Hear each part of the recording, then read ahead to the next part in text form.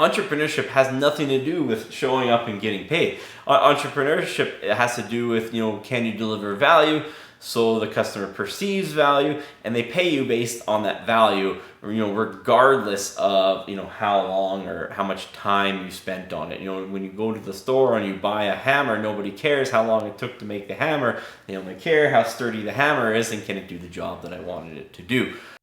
I can see the whole wide world with these two eyes, and I can be whoever I want to be, 'cause it's my life. Hi, thanks for tuning in again for another episode of Ask Spurrell CPA. Today, Edmonton Business Coach, we're talking about customers don't value your time. Again, the Edmonton Business Coach is talking about customers don't value your time. I have May here with me again. May, so how are you making out with the CPA program so far? It's a lot of work, especially when you're working and you're studying all at the same time. Yeah. But it really does help develop your skills in your work as you study what little portions of financials or whatever that there may be, and you actually apply it, which is a very beneficial part. Excellent. So the quote that we have here today, talking about customers don't value your time, is a Gary Vaynerchuk quote, and he says, you're going to go through a time where you're not going to make any money. It's not going to be a week, it's not going to be a month, it's not going to be 1 year. It's going to be years. And during that time, if you don't love what you do, it's going to be very hard to stick it out. That is something that people don't understand when they hear follow your passion. They hear rainbows, unicorns, bullshit. But the truth of it is, it's important, because if you don't enjoy what you're doing, you're not going to be that much more likely to quit when shit's hard, as he says. Gary Vaynerchuk has a way with words, I guess. So, the statistic that we have here is entrepreneurs on average work 63% more than employees. So, and the story that we have here is business owners, they get overly frustrated as soon as we encounter a situation where our time invested is not immediately rewarded. So, May, what are the questions these business owners should be asking so they're prepared for the lifestyle that of an entrepreneur? So the first question is, do we grow up in a world where the cultural norm is to exchange time for money? Yeah, so that is, how we've grown up. We think we get a job, we agree on an hourly rate, maybe it's a salary, and I show up and I get paid. And there's there's labor laws and government regulations of why we get paid, and it's guaranteed. So that's the norm that we grow up with, and it's ingrained into our mind that if I show up, I should get paid. And is entrepreneurship about generating money, not dependent on time? Yeah, entrepreneurship has nothing to do with showing up and getting paid. Entrepreneurship has to do with, can you deliver value so the customer perceives value and they pay you based on that value, regardless of, how long or how much time you spent on it. When you go to the store and you buy a hammer, nobody cares how long it took to make the hammer. They only care how sturdy the hammer is and can it do the job that I wanted it to do. So entrepreneurship is the complete opposite of everything that was ingrained in us when we grow up, where we show up and we get paid. It's about delivering value and customers paying for that value with time completely irrelevant in the equation. Will that normally require doing activities for free with hopes of a future payoff? 100%. So that's normally what the game is of building a business, is there's going to be some things that you're going to have to do initially in your business that you're not really going to get paid to do.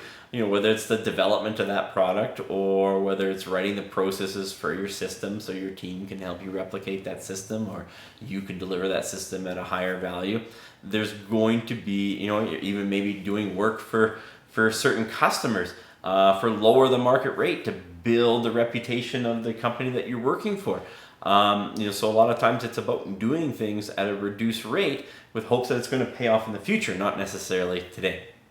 Will we naturally feel frustrated when working for free because of the cultural norms? It should. It should feel, and if you're doing it right, it should feel weird. The minute you start doing one thing and it doesn't provide an immediate payoff, you have to remember that we've been taught for years and years to value that immediate payoff. But that immediate payoff, and that's the golden handcuffs.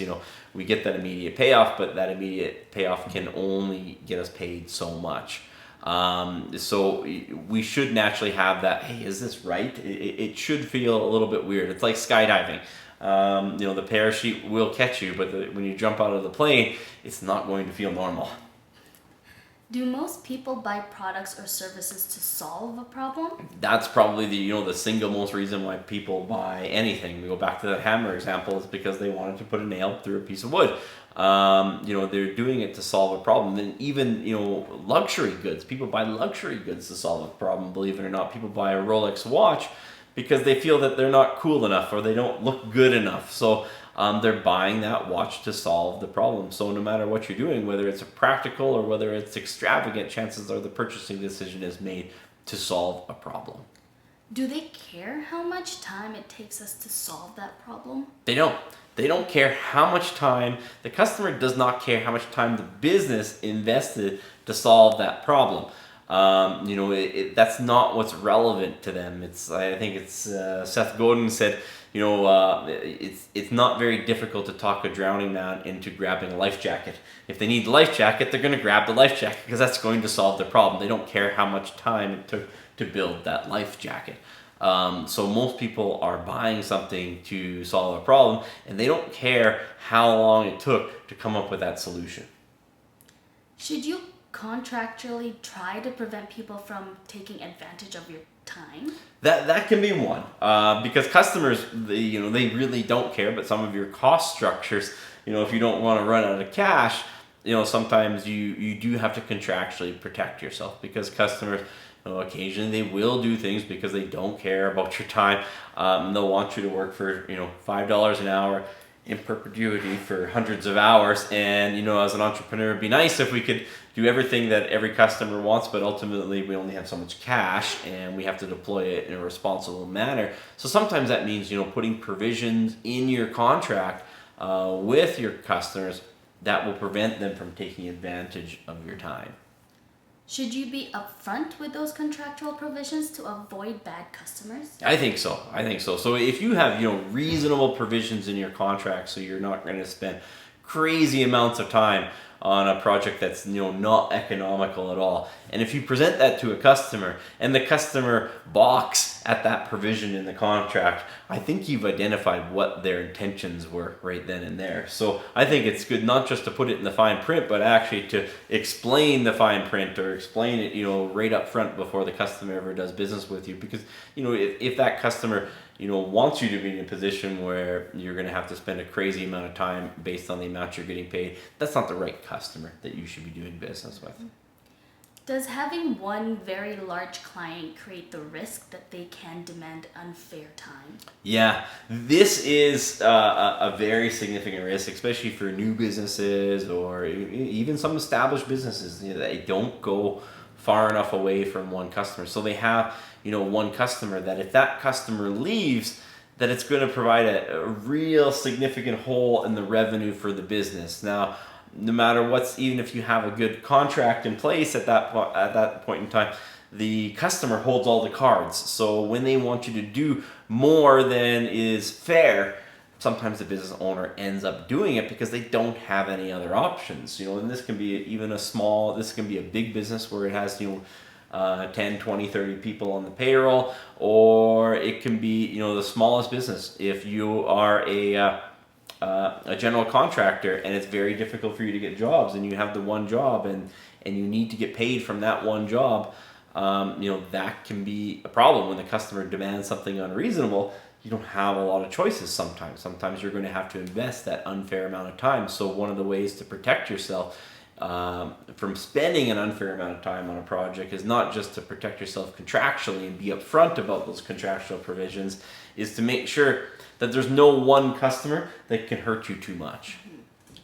If you do everything right, are some unfair situations still unavoidable? Yeah, so we talk about the things that you can do, changing your mindset and changing your expectations, and we have make sure your contracts are congruent for you not getting into that situation too often. Make sure you're not susceptible to any one customer that they can start making unreasonable demands. But even if you do all of those things, you're going to get in some unfair situations as an entrepreneur where you're investing way more time than anybody at an objective level would think is necessary or fair.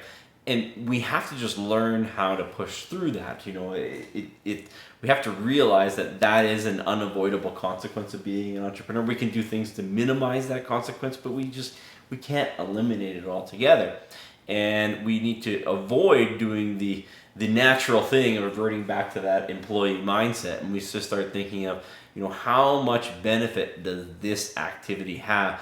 Not just tomorrow, but if I do this activity now, where can I be in a year from now, and 2 years from now, and 5 years from now? And you just have to take a much longer time horizon, that the payback is not just in that moment. It might not even be just with that contract. Might be developing a good relationship, or might be, creating systems and processes that are going to make the whole company better over the long haul. So it's completely unavoidable that you're going to run into some situations where you're going to end up spending more time than is fair.